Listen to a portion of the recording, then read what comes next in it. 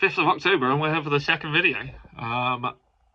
And that's because it's Arc Day. Now, Arc Day, I love watching, because I just find it intriguing. I'd be lying if I follow the French platform. I do watch some, but not a lot.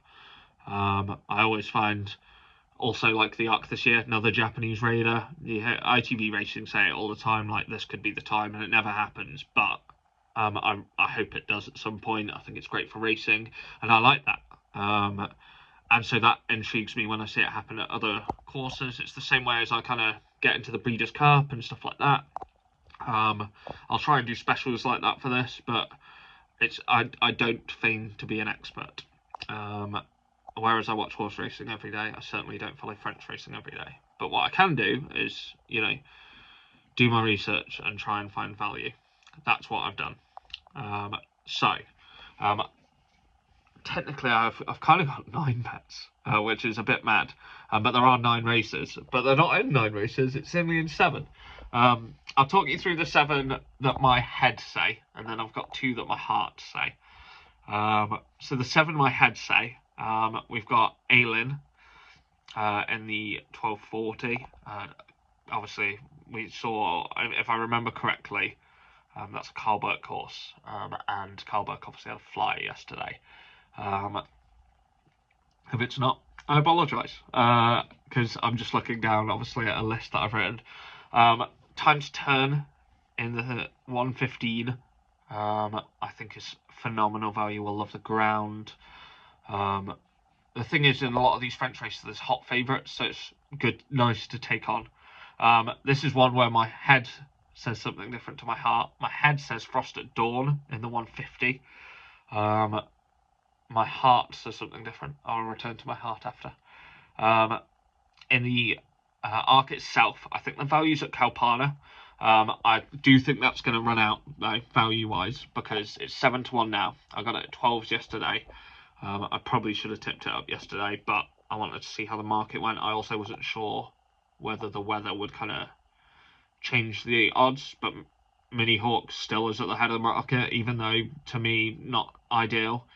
Or certainly not proven. I think there's, at the head of the market, there's a lot to be aimed at, personally. And I think Copano is a good one to pick at 5 places on Sky Bet, for instance, other places elsewhere. In the 350 January, bad race last time, but if it can pick up the form again, and I do just think you can forgive the last run. It's the Gir in the 425 and Olympic Goal in the 535. Now, there's your 7, the main ones as such, I guess.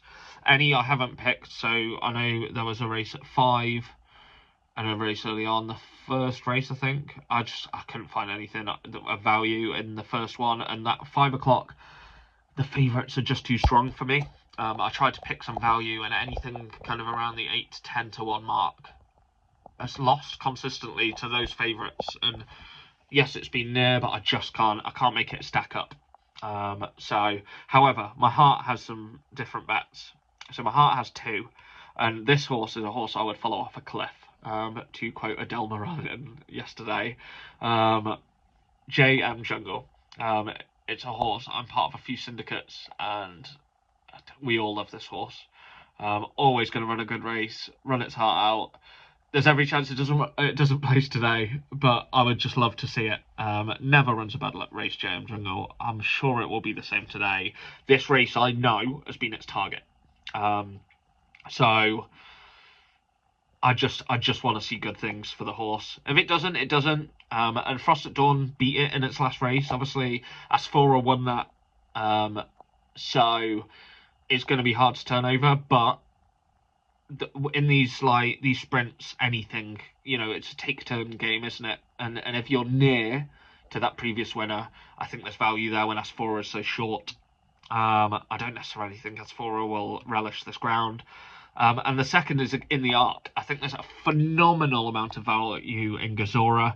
At the top of the market, Adventure finished very close to last time. And so if Adventure goes on to storm this, Gazora should be there. I think that's the only way I phrase this. If Adventure does not win, and Mini Hawk wins, or some of those other challengers, Gazora isn't anything. But if Adventure stacks up like I think it will, and like everyone else thinks it will, then Gazora is surely one to place. The form just, wraps that one up for me. I've got it at 18s. I think Gazora will drift, but that's where Gazora's at the minute. Gem Jungle 9-1.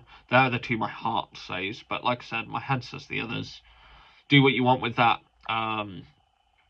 This is just me trying that out, so please, take it with a pinch of salt. If you've got any tips for Arc Day, put your tip in the comments. Good day's betting, guys. Cheers.